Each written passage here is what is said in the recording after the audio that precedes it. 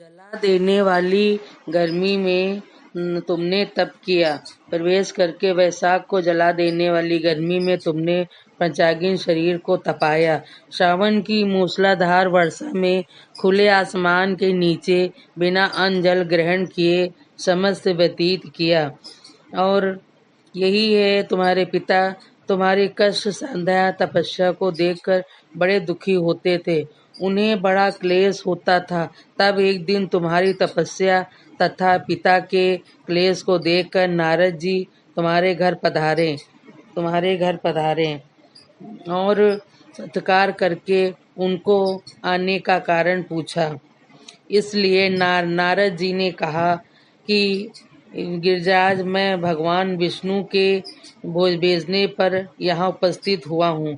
अपनी कन्या ने बड़ा कठोर तप किया है, इससे प्रसन्न होकर मैं आपकी सुपुत्री से विवाह करना चाहता हूँ। इस संदर्भ को आपकी राय जानना चाहता हूँ।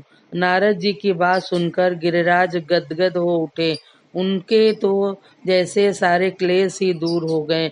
प्रसन्नचित होकर वे बोले, श्रीमान, यदि स्वयं विष्णु मेरी कन्या का वरण करना चाहते हैं तो मैं भला, मुझे क्या आपत्ति हो सकती है। वे तो साक्षात ब्रह्म हैं।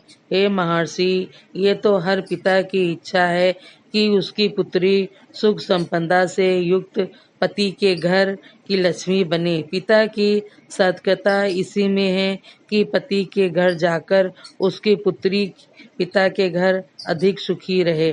तुम्हारे पिता की स्वीकृति पाकर नारद जी विष्णु के पास गए और उनसे तुम्हारे ब्याह के निश्चिंत होने का समाचार सुनाया। मगर इस विवाह तो संबंध की बात जब तुम्हारे कान में पड़ी तो तुम्हारे दुख का ठिकाना न रहा।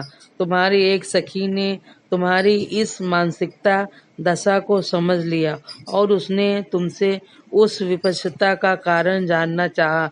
तब तुमने बताया, मैंने सच्चे हृदय से भगवान शिवशंकर का वरण किया है, किंतु मेरे पिता ने मेरा विवाह विष्णु से निश्चित कर दिया। मैं विचित्र धर्म संकट में हूँ, अब मैं क्या करूँ। प्राण छोड़ देने के अतिरिक्त अब कोई उपाय शेष नहीं बचा है। तुम्हारी सखी बड़ी ही समझदार और सूझबूझ वाली थी। उसने कहा, सखी, प्राण त्यागने का इसके कारण से कोई मतलब नहीं है। संकट के मौके पर धैर्य से काम लेना चाहिए। नारी के जीवन की सार्थकता इसी में है कि पति रूप में हृदय से जिसे एक बार स्वीकार कर लिया, जीवन पर्याप्त उसी से निर्वाह किया। सच्ची आस्था और एक निष्ठा के समझ तो ईश्वर को भी समर्पण करना पड़ता है। मैं तुम्हें घना घोर जंगल में ले चलती हूँ, जो साधना स्थली भी हो और जहाँ तुम्हारे पिता तुम्हें खोज भी न पाए। वहाँ तुम साधना में लीन हो जाना। मुझे विश्वास है कि ईश्वर अवश्य तुम्हारी सहायता करेंगे।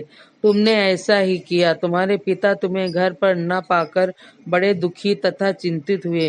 वे सोचने लगे कि तुम कहाँ चली गई।